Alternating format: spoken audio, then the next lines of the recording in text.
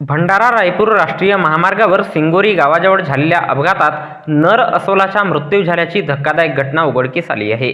दिनांक 1 मे 2024 रोज बुधवारला महाराष्ट्र दिनी पहाटे 5 वाजता दरम्यान भंडारा रायपूर राष्ट्रीय महामार्गावरील सिंगोरी गावाजवळ झालेल्या अपघातात नर अस्वलाचा मृत्यू झाल्याची घटना उघडकीस आली आहे।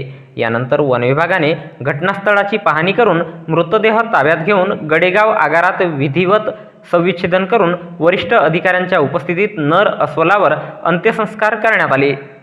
नाव सांगा। नमस्कार, मी संजय मेंढे, वनपरिक्षेत्र अधिकारी भंडारा।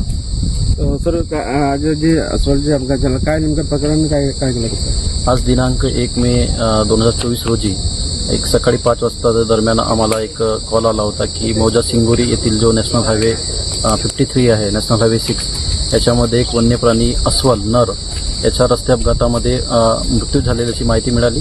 त्यावेळेस तात्काळ आमची वन अधिकारी आणि वन कर्मचारी यांची जी टीम आहे ते मोक्कास्थळी हजर झाली आणि त्यांनी मृत शरीराला गडेगाव वनागार इथे हलवण्यात आलं आणि त्यानंतर NTCAच्या मार्गदर्शक सूचनेनुसार या ठिकाणी पशुवैद्यकीय अधिकारी यांच्या चमूद्वारे मृत अस्वल नर याचे संविच्छेदन करण्यात आलं आणि संविच्छेदन दरम्यान डॉक्टर निपाने, पशुवैद्यकीय अधिकारी खुडसावडी त्यांनी जे प्राथमिक निष्कर्ष दिलेला आहे त्याच्यामध्ये मृत नर जे आहे अस्वल त्याचे मृत्यू हे रस्ते अपघातात झाल्याचे निष्कर्ष दिलेले आहे।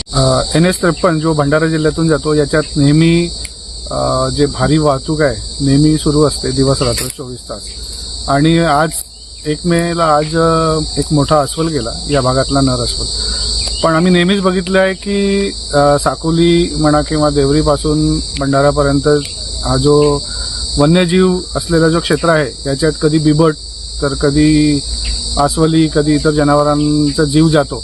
आमची इतकी मागणी आहे की जसं साकोलीला देवरीला अंडरपास होत आहे, दारगावला कमीत कमी बाकी जे आपण उपाययोजना आहे त्या करू शकतो। त्याच्यात एक रंबलिंग स्ट्रीप आहे, मग खूप वेगाने इथून वाहनं जातात तर वेग नियंत्रक असणे, रडार फिट करणे आणि रडारमुळे जे लोक वेगाने गाड्या चालवतील त्यांना चालान ऑटोमॅटिक करणे, अशा प्रकारे वेग नियंत्रण व्हावं आणि वन्यजीवांचं रक्षण व्हावं यासाठी आमची मागणी आहे।